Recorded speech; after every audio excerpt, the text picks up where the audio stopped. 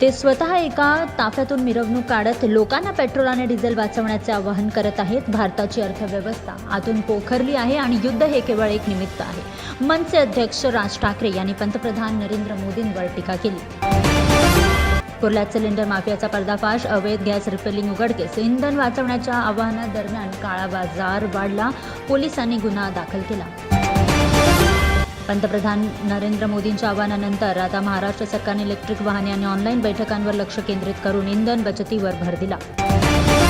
निवडणूक प्रतिज्ञापत्र माहिती लपवल्याच्या आरोपामुळे आता शिंदे सेनेच्या 9 नगरसेवकांच्या जागा धोक्यात. ठाकरे समूहाचे वकील रोहिदास मुंडे यांनी ठाणे न्यायालयात याचिका दाखल केली.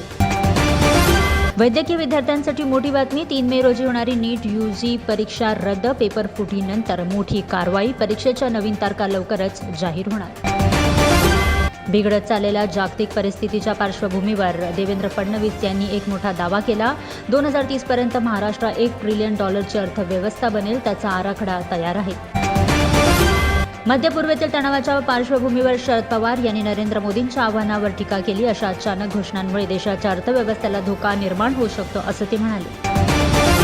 धावत्या ऑटो रिक्षावर झाड पडल्यानंतर कारवाई करण्यात आली. निष्काळजीपणाबद्दल ब्ल्यू स्टोन कन्स्ट्रक्शन कंपनी विरोधात FIR दाखल. या भीषण घटनेत 2 महिला जखमी झाल्या.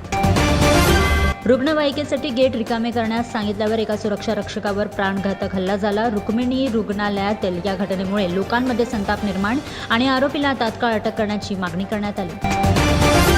काँग्रेसचे प्रदेशाध्यक्ष हर्षवर्धन सपकाळ यांनीही पंतप्रधान नरेंद्र मोदींच्या आवाहनावर टीका केली. ते म्हणाले की त्यांनी उपदेश करण्याऐवजी राजकारण सोडून आता राजकारणातून निवृत्ती घ्यावी.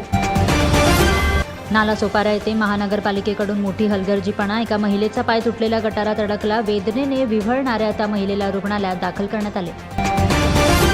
राष्ट्रवादी काँग्रेसच्या कार्यकारिणी यादीवरून आता वाद. प्रफुल्ल पटेल आणि छगन भुजबळ यांचे नाव यादीतून गायब. सुमित्रा पवार म्हणाल्या की हे एक तांत्रिक चूक होती, परंतु नवीन यादी सुधारणा करण्यात आली आहे. यादी लवकरच प्रसिद्ध केली जाईल. पंतप्रधान नरेंद्र मोदींनी इंधन वाचवण्याचे आवाहन केले असता भाजपा मुंबई अध्यक्ष अमित साटम यांना 25 वाहनांच्या ताफ्याने घेरले. विरोधकांनी मुंबई दौरा हा केवळ देखावा असल्याचा आरोप केला. पंतप्रधान नरेंद्र मोदींच्या आवाहनाचा परिणाम. इंधन बचत आणि खर्च नियंत्रणाची कठोर अंमलबजावणी. मंत्री आशिष शेलार यांनी सांगितले की कान्स चित्रपट महोत्सवाचा दौरा रद्द करण्यात आला. एका व्यक्तीने बनावट आधार कार्ड वापरून मुंबईच्या प्रसिद्ध ताज लेन्स हॉटेलमध्ये प्रवेश केला. त्याने पत्नीच्या ओळखपत्राचा वापर करून आपल्या प्रेयसीला सोबत नेले. पत्नीला नातेवाईकांकडून या घटनेची माहिती मिळाली. पोलिसांच्या तपासात फसवणुकीचे प्रकरण उघडकीस आले. बहिणीच्या आंतरजातीय विवाहामुळे संतप्त झालेल्या भावाने हिंसक होऊन मेहुण्यावर हल्ला केला. पोलिसांनी आरोपी शकील खान आणि त्याचा साथीदार अरबाज खान यांना अटक केली. मुंबईतील पेडर रोडवर एक मोठा अपघात टळला. एक्सिलेटर जाम झाल्यामुळे इमारतीच्या भिंतीला धडकून एक कार उलटली. चालक जखमी झाला.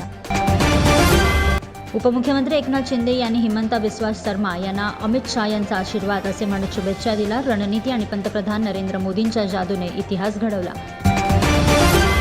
मुंबईत सोने आणि चांदीच्या दरात बदल. 10 ग्रॅम 22 कॅरेट सोन्याचा भाव 1,41,150 वर पोहोचला, तर चांदीचा भाव 2,90,000 प्रति किलो झाला.